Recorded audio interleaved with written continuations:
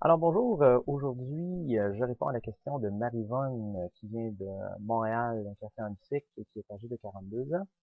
Marivonne, sa question, c'est après une période d'entraînement sérieuse en musculation, après avoir tonifié nos muscles et travaillé le plus fort possible pour remodeler notre silhouette, comment notre corps et nos muscles réagiront si pour une raison ou une autre on a arrêté notre entraînement?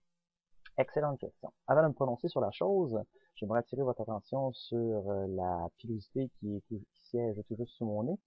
C'est simplement ma contribution et l'affichage visuel de mon support pour la lutte contre le cancer de la prostate. Donc, il est encore temps pour faire un don au Movember. Je vous invite fortement à le faire. Sur ce, maintenant la question. Première chose, Marivonne, il faut comprendre c'est quoi le tonus. Donc, en conditionnement physique, on utilise à outrance le terme tonus musculaire sans vraiment savoir c'est quoi. On fait habituellement référence au tonus comme étant, ben, si nos muscles sont durs, si notre corps est dur, on a un très bon tonus. C'est pas tout à fait ça. Donc, à l'écran, on peut voir ici que, selon le dictionnaire médical, le tonus musculaire, c'est l'état permanent de tension qui s'exerce sur les muscles afin de s'opposer à la gravité. Donc, c'est pas quelque chose qui est entraînable tant que ça. Et très souvent, les problèmes de tonus, c'est des problèmes qui sont associés à des pathologies où on va avoir ce qu'on appelle des hypertonies. Donc, un tonus musculaire qui est exagéré, qui va limiter beaucoup les mouvements, ou une hypotonie. Donc, une absence de tonus musculaire, les gens vont avoir de la difficulté à maintenir leur segment en opposition à la gravité. Donc, quand on parle de tonus en conditionnement physique, on fait référence à deux choses. La première, c'est la masse musculaire. Sauf qu'on dit tonus parce qu'il y a beaucoup de femmes qui n'aiment pas entendre le terme hypertrophie. Elles ont peur de gagner trop de muscles trop vite, ce qui n'est pas quelque chose qui arrive de toute façon. Alors, on dit tonus pour faire plaisir à leurs oreilles. Bon, c'est pas tout à fait mon genre de faire plaisir pour faire plaisir. On va appeler les choses comme elles sont. Le tonus en conditionnement physique, on parle d'hypertrophie musculaire et on parle d'une réduction de la masse grasse. Donc, ce qu'on veut, c'est avoir le moins de coussins par-dessus nos muscles, c'est la masse grasse, puis avoir un muscle qui est développé afin qu'il puisse paraître, puis qu'on ait une silhouette qui est acceptable. Donc, bien important. Maintenant, pour répondre à la question. Le phénomène auquel Marivonne fait référence, c'est un phénomène de désentraînement ou de malentraînement. En anglais, on parle de detraining. Ce phénomène-là, c'est tout simplement la régression ou le retour à la normale de différentes qualités physiologiques. Donc, ce qui va se passer, c'est que suite à la cessation d'un entraînement, donc d'une stimulation, ce qu'on a travaillé, ce qui s'est développé, va progressivement revenir à ce qu'il était avant d'être stimulé.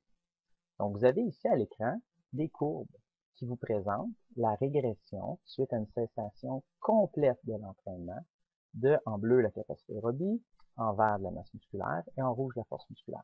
Donc, on peut voir que ces différentes composantes-là ne régressent pas à la même façon. Donc, il y a des composantes qui vont régresser plus vite, c'est le cas de la capacité aérobie et de la force musculaire, alors que la masse musculaire, elle, prend un peu plus de temps. La raison est simple, la masse musculaire va régresser plus lentement parce que c'est un peu plus long à construire et à ce moment-là, c'est également un petit peu plus long à réduire. L'autre élément, c'est que la régression des différentes qualités physiologiques est toujours proportionnelle à la diminution de la stimulation. Donc, si vous arrêtez complètement votre entraînement et vous êtes, par exemple, alité pour une période prolongée, les courbes vont être beaucoup plus prononcées. Vous allez perdre vos habiletés, tout ce que vous avez développé beaucoup plus rapidement. Par contre, si vous faites seulement arrêter l'entraînement au gym ou à la maison, mais vous continuez d'être quelqu'un d'actif au quotidien, à ce moment-là, la régression va être beaucoup plus lente. Je donne un exemple. Arrive la saison de l'été et vous décidez de couper le gym et vous commencez à faire du paysagement sur le terrain. Si vous déplacez des dalles de ciment de 35 kg, jusqu'au gym, vous utilisiez des haltères de 15 kg, c'est pas mal certain que votre force musculaire pendant l'été ne se verra pas affectée à la baisse. C'est probablement la même chose aussi au niveau de votre masse musculaire. Elle ne diminuera pas, vous allez la maintenir, sinon l'améliorer. Donc ça, c'est très, très, très important à comprendre. C'est pourquoi il est très important d'élargir son répertoire d'activité physique. Donc, il ne faut pas que le gym ou l'entraînement à la maison soit la seule activité physique qu'on pratique. C'est important de se chercher à diversifier, justement, pour s'offrir une certaine police d'assurance. Si jamais on arrête l'entraînement pour X ou Y raison, ben à ce moment-là, notre rythme de vie nous permet de conserver les différentes qualités physiologiques qu'on a développées. Donc, faut pas trop stresser, faut juste chercher à demeurer actif. Donc, j'espère que ça répond à la question.